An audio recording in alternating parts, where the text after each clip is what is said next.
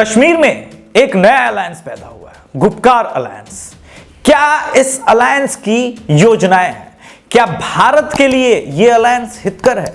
कश्मीर में बने इस गुपकार अलायंस में कौन कौन से लोग शामिल हैं और क्या कांग्रेस का रोल है इसके प्रति? क्यों चाइना की संलिप्तता की बात हो रही है गुपकार अलायंस में? क्या मकसद है गुपकार अलायंस का बनने का? इन सब के बारे में बात करेंगे। दोस्तों, मेरा नाम है अभिषेक तिवारी और आप देख रहे हैं द अभिषेक तिवारी शो।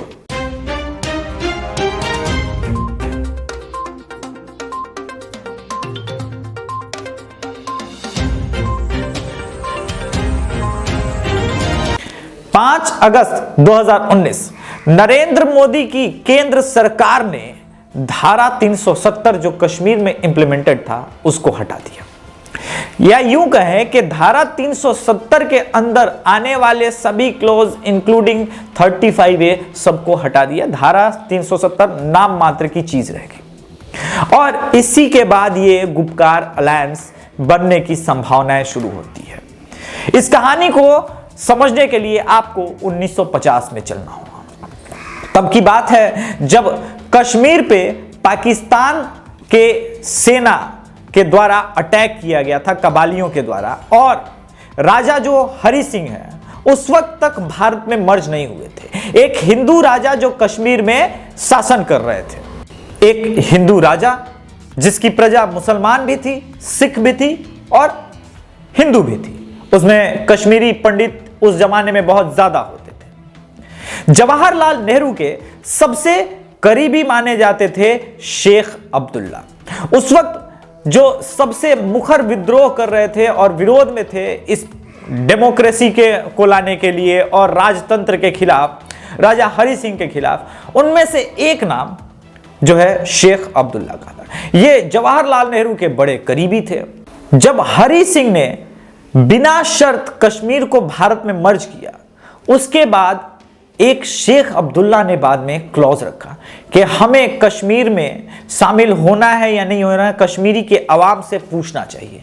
इसके लिए उन्होंने नेहरू से दरख्वास्त की कि कश्मीर के लिए एक अलग तरह का कानून बनाया जाए। इस कानून के अंदर जो कश्मीर में पाकिस्तान से आए हुए हिंदू थे या जो कश्मीर के दलित संकुचित लोग थे, या यूं कहे कि भारत का संपूर्ण रूप से संविधान वहां पे लागू नहीं होता था, उस आर्टिकल का नाम था 370। इस आर्टिकल के खिलाफ बाबा साहब अंबेडकर इतने ज्यादा थे कि जब यह आर्टिकल बनाया जा रहा था, प्रेजेंट हो रहा था, बीच मीटिंग से उठ करके बाबा साहब अंबेडकर चले गए। उन्होंने कहा कि यह आर्टिकल जब कश्मीर में इंप्लीमेंट हो जाएगा तो संविधान की मूलभूत आत्मा मर जाएगी।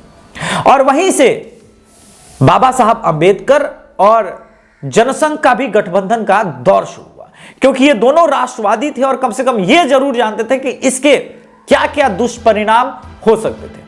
मगर नेहरू ने आज तक अपने कोई भी निर्णय में किसी को शामिल नहीं किया था। और 370 जब लगाया उसके बाद न तो दलितों को वहां पे आरक्षण मिला, न पढ़ने का अधिकार मिला। यही नहीं, जो कश्मीरी लड़की है अगर वो भारत के किसी भी लड़के से, किसी भी स्टेट के लड़के से शादी कर लेती थी तो अपनी कश्मीर की नागरिकता खो देती थी।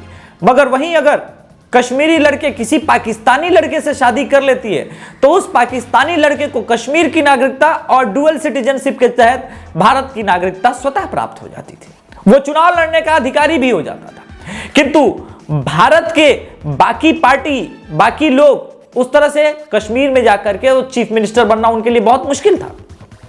यही नहीं, कश्मीर में एजुकेशन से लेकर के बड़े भारी बदलाव की जरूरत थी, परंतु तमाम चीजों में एक ही रोड़ा था, वो था धारा 370। इसी वजह से मैंने कहा कि धारा 370 को हटाने के लिए जब बिल पास हुआ 5 अगस्त 2019, यह डेट इतना महत्वपूर्ण हो जाता है क्योंकि महबूबा मुफ्ती और नेशनल कॉन्फ्रेंस के फारूक अब्दुल्ला आज एक साथ आ गए हैं और धारा 370 बार बार दोनों बयान दे चुके हैं। इसको लाने के लिए वो चीन की मदद लेना चाहते थे, बैकडोर से कांग्रेस की मदद लेना चाहते हैं सत्ता में आकर के किसी तरह, और इसमें एक चीज और हुआ है, धारा 370 हटने के साथ जो लेह लद्दाख का एरिया है जिस पर हमेशा चीन की नजर रही थी और टिकी थी, वो उसके हाथ से पूरी तरह से निकल गया, क्योंकि कश्मीरी इन दो पॉलिटिकल पार्टियों के नियंत्रण से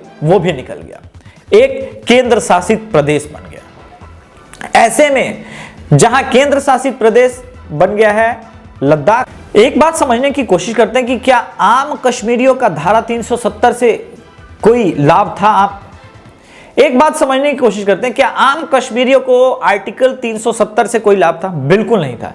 यह सिर्फ एक जो राजसी पार्टियां हैं, जो नेशनल कॉन्फ्रेंस है या पीडीपी है, उनको ज्यादा फायदा पहुंचा रहा था। उनके लीडर्स जहां मर्जी जिसकी जमीन हड़प रहे थे और उस पे भारतीय संविधान के तहत कोई कानूनी कार्रवाई नहीं हो पा रही थी, क्योंकि आर्टिकल 370 बीच में आ जाता था।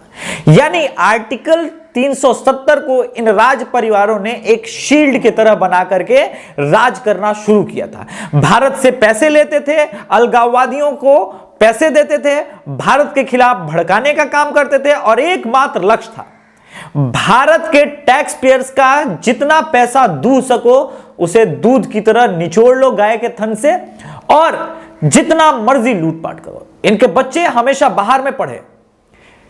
महबूबा मुफ्ती की एक बहन थी, और जब इनके पिता 1989 में होम मिनिस्टर थे, वो अलगाववादियों के द्वारा किडनैप कर ली गई, और जाने माने टेररिस्ट को भारत के होम मिनिस्टर मुफ्ती मोहम्मद सईद ने छोड़ा। यही नहीं, जब वो गृह मंत्री थे तो कश्मीर में कश्मीरी हिंदुओं का जेनोसाइड हुआ और वहां से उनको पलायन के लिए मजबूर होना पड़ा। ये दोनों पार्टियां अक्सर झूठे वादे करते रही कि उन्हें बसाएंगे कश्मीरी हिंदुओं के बिना, कश्मीरी पंडितों के बिना कश्मीर नहीं, कश्मीरियत नहीं, परंतु यह संभव नहीं था, क्योंकि अलगाववादियों को इतना ये पैसा खिला चुके थे, और अलगाववादियों को और इन दोनों पार्टियों को संरक्षण था इस देश की प्रमुख पार्टी ही कांग्रेस का, शुरू से ही जवाहरलाल नेहरू जैसे लोगों का, और जिन्होंने इसको बड़ा बनाया और अजगर की तरह ये पूरा देश लीलने को तैयार थे। ऐसे में राष्ट्रवादी सरकार नरेंद्र मोदी ने यह फैसला लिया कि इसको हटाना चाहिए। अब आते हैं, ये जो गुपकार अलायंस है, इसमें कांग्रेस बैकडोर से सपोर्ट दे रही है, और अब कांग्रेस बैकफुट पे क्यों नजर आ रही है? देश भर में यह चर्चा शुरू हो गई है कि कांग्रेस एक देशद्रोही पार्टी है। कांग्रेस एक देशद्रोही पार्टी है, ये इतना थ्योरी एस्टैब्लिश होता जा रहा है सिंस 2007। पहले इन्होंने भगवा आतंकवाद कहा, फिर 26/11 को लेकर के अजीज बर्नी के किताब का विमोचन करने के लिए दिग्विजय सिंह पहुंचे, साध्वी प्रज्ञा ठाकुर पर प्रताड़ना हुई, भगवा आतंकवाद की फेक थ्योरी रची गई, असीमानंद को सुप्रीम कोर्ट से बेल मिलना, ये तमाम चीजें इस ओर इंगित करती रही कि भाई कांग्रेस एक देशद्रोही पार्टी है। अफजल गुरु को लेकर के हमेशा शहीद बताना, अफजल गुरु को काफी दिन तक प्रोटेक्ट करना, बिरयानी खिलाना, ये तमाम कई सारी चीजें हैं। बार बार जवानों के सर्जिकल स्ट्राइक पे, जवानों के पराक्रम पे सवाल उठाना, इस तरह की कई चीजें हैं जो हुई भारत में, और जिसके पीछे की जिम्मेदारी कांग्रेस को लेनी पड़ेगी। अब गुपकार अलायंस में जहां जो कश्मीर के जो जिला अध्यक्ष हैं वो सारे बोल रहे हैं कि हम पीडीपी और नेशनल कॉन्फ्रेंस के साथ हैं, फारूक अब्दुल्ला के साथ हैं। ऐसे में कांग्रेस बैकफुट पे बुरी तरह से नजर आ रही है। अब सोनिया गांधी ने कल स्टेटमेंट दिया कि हम गुपकार अलायंस का कोई हिस्सा नहीं है, परंतु आप एनडीटीवी का ये स्लाइड देखेंगे तो ठीक ऊपर और नीचे Congress ready to join hands Gupkar alliance पहला पार्ट में, और दूसरा पार्ट में लगभग 7-8 दिन बाद की न्यूज है कि ये अब नहीं है। ये क्यों हुआ? क्योंकि भारत की जनता ने दबाव बनाना शुरू किया। भारत के आम लोगों को यह एहसास हो चुका है कि कांग्रेस एक करप्ट और एंटी नेशनल पार्टी बन चुकी है। कांग्रेस का भारत के हितों से कोई लेना देना नहीं है, और कांग्रेस लगातार भारत को तोड़ने की साजिश कर रही है। यह बहुत बड़ा एलिगेंस, क्योंकि जो अभी विधानसभा या उपचुनाव के रिजल्ट हुए ये बताते हैं, चाहे उत्तर प्रदेश हो या गुजरात हो या मध्य प्रदेश हो या बिहार हो, कांग्रेस का परफॉर्मेंस बद से बदतर होता गया। गुजरात में तो 7 की 7 सीटें हार गई, जो कभी बिल्कुल नरेंद्र मोदी के सरकार के नेक टू नेक खड़ी हो गई थी पिछले विधानसभा चुनाव में। तमाम आकलन के बाद कांग्रेस ने यह निर्णय लिया कि अब हमें गुपकार अलायंस से बाहर आना चाहिए, और हमें स्टैंड लेना होगा कि नहीं, हम जो है भारत के साथ हैं। ऐसे जो चाइनीज ताकतें हैं, चीन की ताकतें हैं, या फिर पीडीपी या नेशनल कॉन्फ्रेंस के साथ नहीं है। लेकिन अब इसमें एक बड़ी बात आती है, बार बार चीन को और चीन के राजदूतों से मिलना राहुल गांधी का, बार बार आर्टिकल 370 के हटाने के बाद कश्मीर का आर्टिकल 370 को मुद्दा बनाना, यही नहीं, गुलाम नबी आजाद ऑन रिकॉर्ड बयान दे चुके हैं कि कांग्रेस अगर सत्ता में आती है तो हम धारा 370 को वापस लेके आएंगे। यानी जो धारा 370 के हटने के बाद वहां के दलितों को, पीड़ितों को, शोषितों को आरक्षण मिला है, जो संवैधानिक बाबा साहब अंबेडकर के द्वारा दी गई आजादी थी वो आजादी मिली है, अब उसका कोई मोल नहीं रह जाएगा। दोस्तों, अगर आप एक हिंदुस्तानी हैं तो आपके अंदर कश्मीर ही नहीं, बिहार ही नहीं, पूरा स्टेट आपका है और आपके अंदर राष्ट्रवाद की भावना होनी चाहिए। गुपकार अलायंस के महबूबा मुफ्ती हो या फारूक अब्दुल्ला, पहले ही ये दोनों बयान दे चुके हैं कि हम चीन की सहायता से, या हम चाहते हैं कि चीन जो है लद्दाख, श्रीनगर, जम्मू पे कब्जा कर ले और हमें पुराना 370 दे दे और हम चीन के साथ अंडर रिपब्लिक ऑफ चाइना के अंदर खुशी खुशी रहने को तैयार है।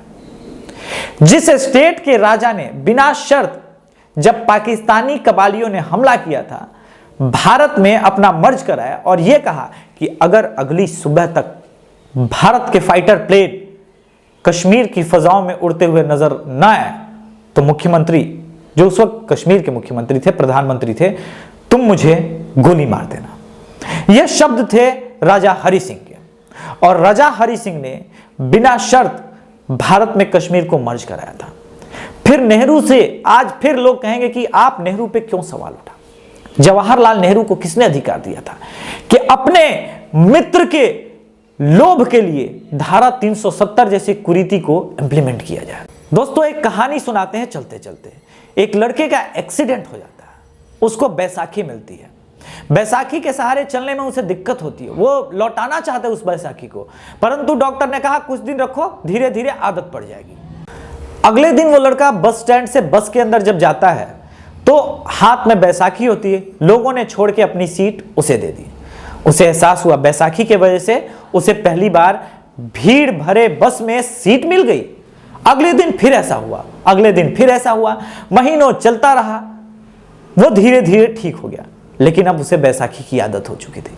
उसे लगने लगा ये जो उसे बस में, भीड़ भरे बस में सीट मिल रही है ना, उसका कारण ये बैसाखी है, उसका कोई टैलेंट नहीं है। इस वजह से वो अब बैसाखी नहीं छोड़ना चाहता था। यही धारा 370 है। शेख अब्दुल्ला को 370 का टेस्ट क्या मिला, जैसे शेर को मांस का, खून का टेस्ट लग गया।